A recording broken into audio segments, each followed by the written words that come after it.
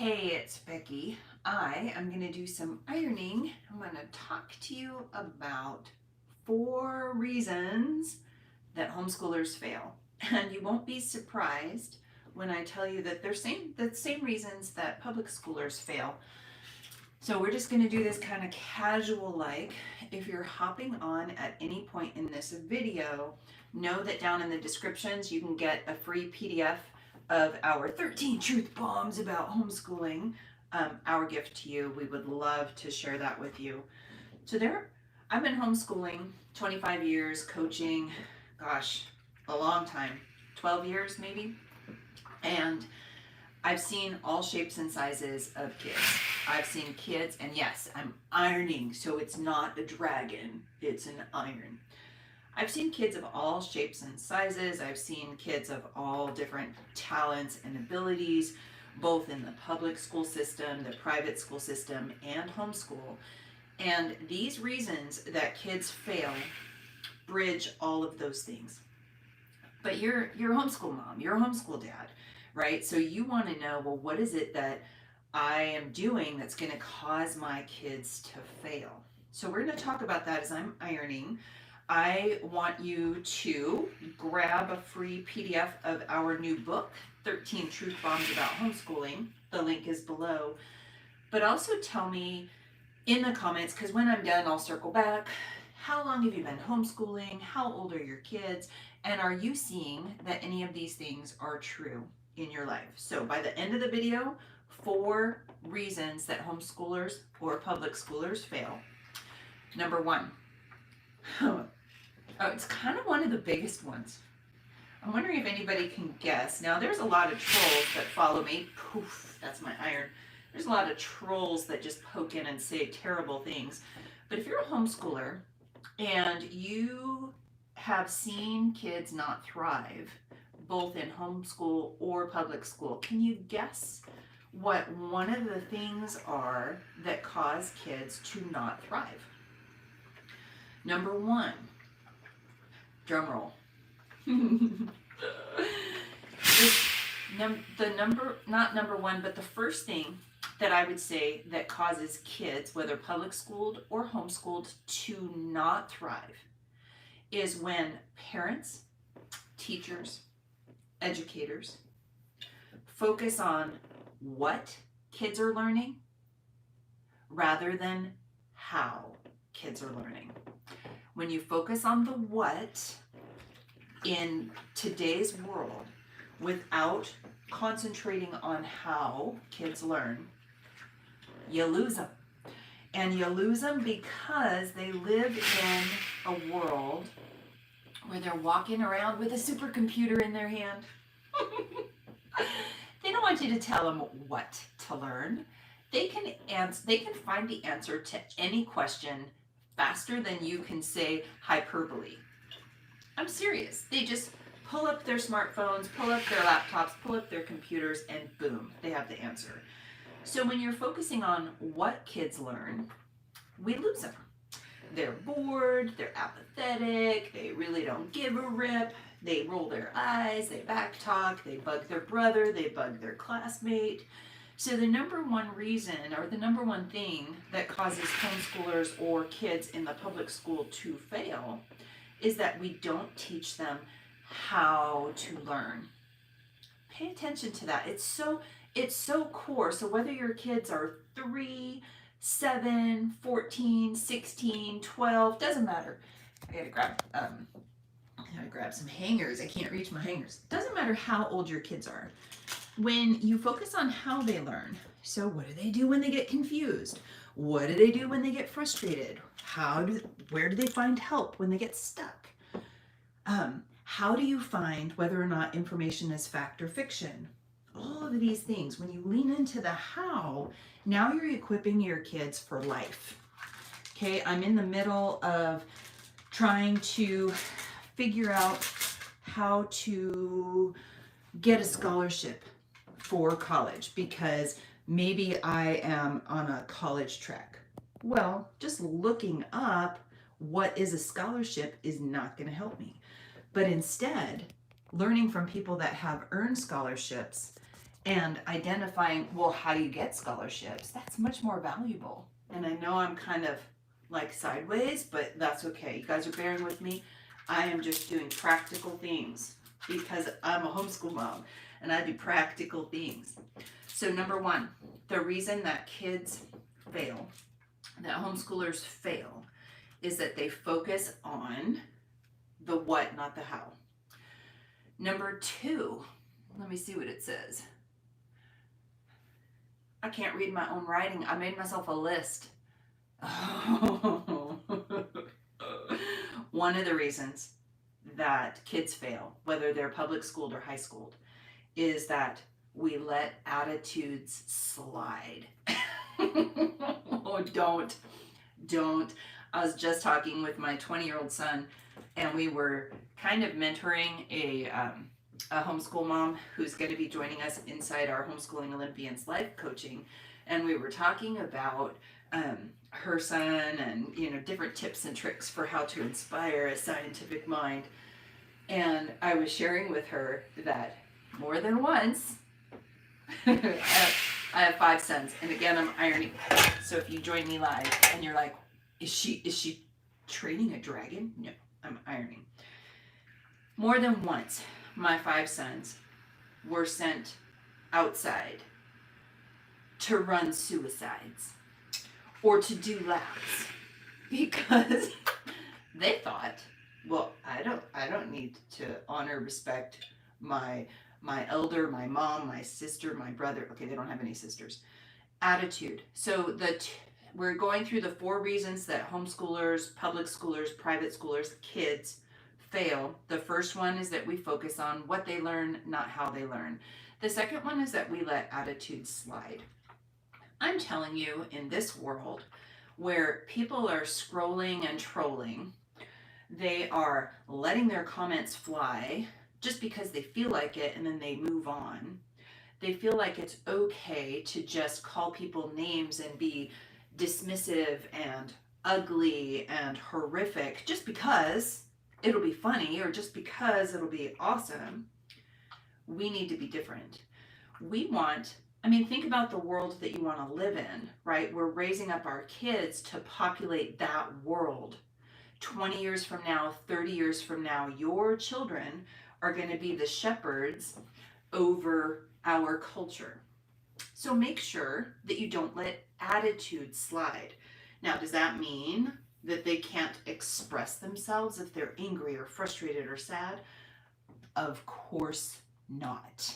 Of course not, right? We want them to be independent thinkers and to be able to question what's going on around them. We're not looking for, what do you call those things? The bobbleheads. We're not looking for bobbing heads at the front of a dashboard. We're looking for independent thinkers. But we want to raise our kids to be kind. I don't care what you believe. What I'm about to say just transcends no matter what you believe. Whether you believe in God or whether you don't, kindness is king. When you walk through life, you want people to be kind to you and they want you to be kind to them. So if we neglect that part of training in classrooms, in workshops, in homeschool, then we're doing ourselves a disservice. We're also doing our community and our world a disservice, but we're also crippling our kids because they're going to feel like, hey, I can be as nasty as I want to be, and it just doesn't matter because mom loves me, teacher loves me, dad loves me. We need to teach them that rudeness, ugliness, discontentedness, all of these things have consequences. Okay, I love it. This comment will be gone later, but I've got me a troll right now that's saying, please eat your glasses. They look strawberry flavored.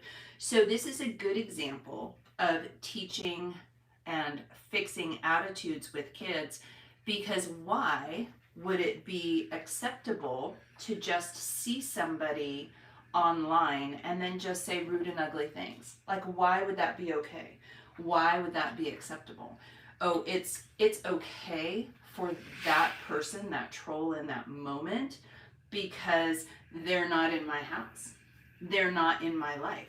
They're never going to see me at the grocery store or the movie theater or walking a trail through the Olympic Mountains, right? They're just safe behind their comments. So 4 reasons that kids fail. The first one is that you focus on what, not how they're learning. The second one is that we neglect attitude. The third one is that we don't ask help. We don't ask for help when we get stuck. And we don't teach our kids that it is more than acceptable to ask for help when you get stuck. You know, when our 5 boys, as we homeschooled them and they got closer to college, we recognized, hey, we're not going to be able to teach you everything that you need to know. So instead, we're going to keep speaking over you that your number one goal in life, besides loving God and loving people around you, is to become an expert help seeker. Make sure that you teach your children how to get help. Where do you go? So because I have a couple kids in college right now who are thriving, by the way, even though they were educated at home, they're thriving. What I can tell you is that whatever problem or challenge that kids have at any moment in time, there is always somebody around them that knows what they need to know, or they can hunt them down. They can find help for anything that they're struggling in. So teaching our kids that it is good and expedient to actually get help is so my light. And God said, let there be light, and the light fell. Teach your kids how to get help. So in a college mindset, what does that mean? Because some of our kids are going to go to college. 4 of mine have at least an associate's degree, if not bachelor's degrees, and they're working on them, even though they were homeschooled, even though they didn't read early. They just still thrived. So where can they find help? Of course, there are tutors online. There are tutors at school. There are other students in their surroundings that they can connect with and ask help from. There's also office hours where a professor, if they go to school, has a set of office hours. So one of the very first things that I had my kids do the first week of college is they were required to go into the tutor center and take a selfie, just so that I knew that they knew that they knew where the tutor center was, because it's rich for getting help when you get stuck. And then I had them do the same thing with office hours with their professors. And I know college professors, they sit there with a bowl of candy and they want their students to come in and ask for help. But there are experts in everything. So if you are a public school teacher and you are looking for assistance with how to fill in the blank, there's an educator on the campus that likely has more experience than you. So you ask that person, right? The same is true with homeschool. The third reason that homeschoolers or public schoolers fail is that they neglect to ask for help when they get stuck. And so I want you to make sure that you grab a copy of the 13 teeny tiny truth bombs about homeschool. There's a free PDF copy for you in the descriptions. But ask for help. But don't just ask anybody. Like, don't ask the troll that's telling me to eat my glasses because they look like they taste like strawberries. Like, that would be silly.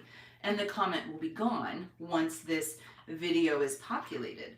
Like, I wouldn't ask that person for help with how to teach my kids how to write eloquently or how to speak confidently in front of a camera, right? They're not an expert. All they are is a troll. And so you want to make sure that you are asking for assistance from people that have been there, done that.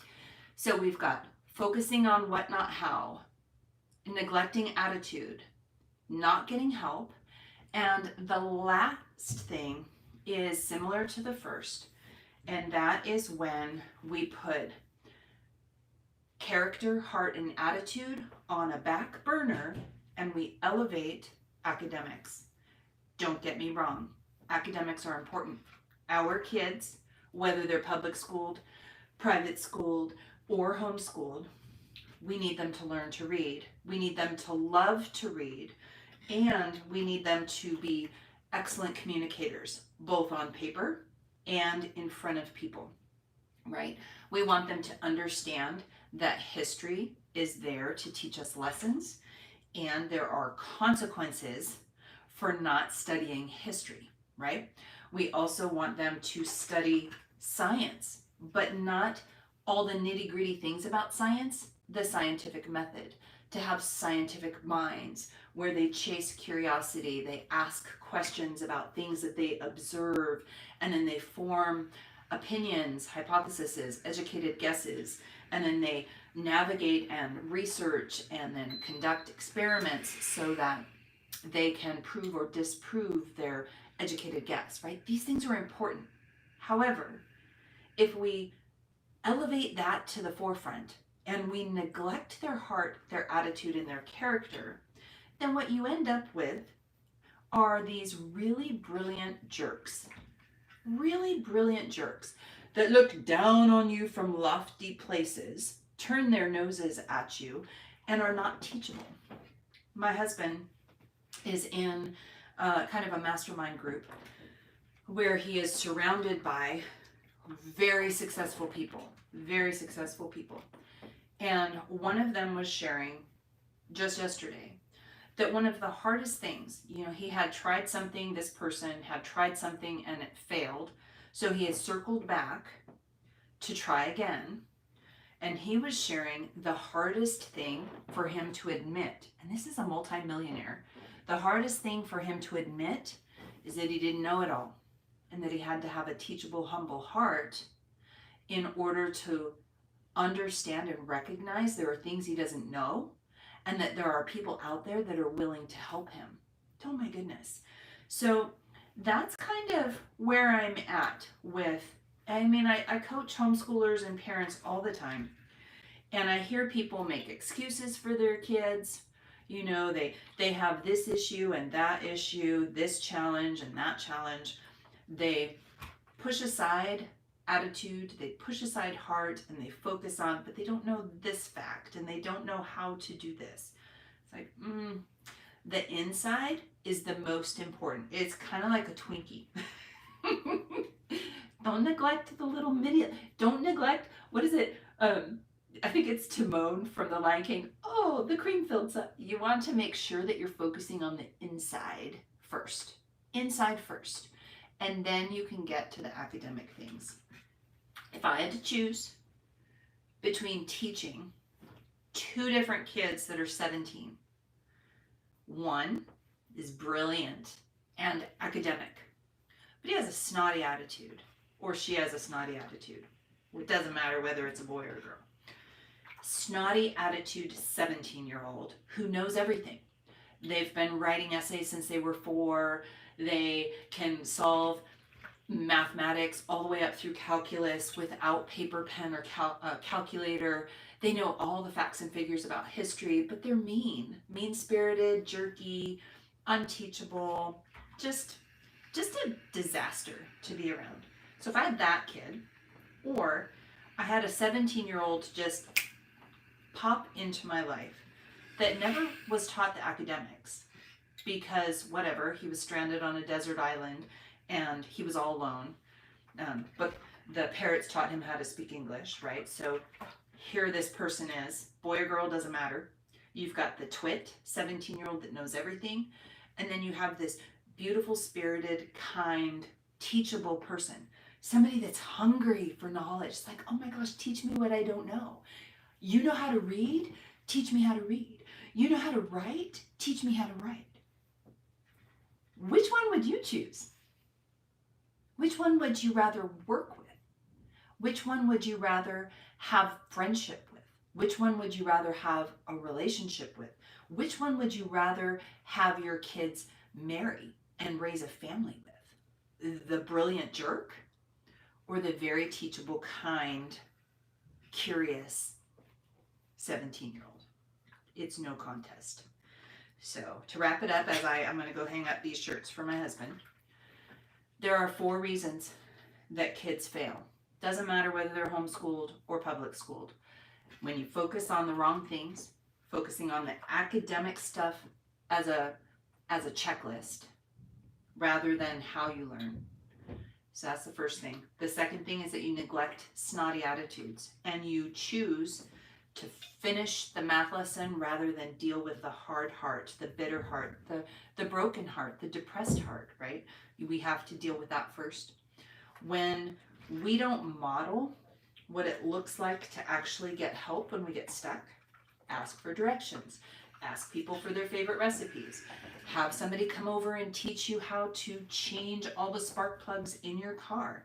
Model being someone that asks for help and receives it with grace. And then the last thing is that we don't focus on the character of our kids as a priority. This world is so divided and so broken.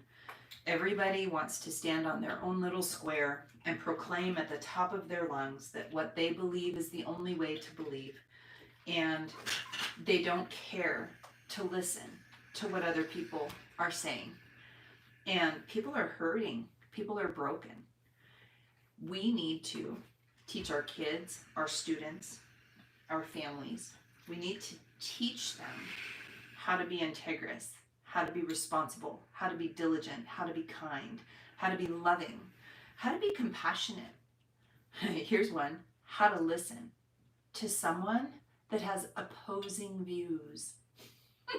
Heaven forbid, should you listen to somebody that you disagree with and still treat them with respect? Is that even possible? It is.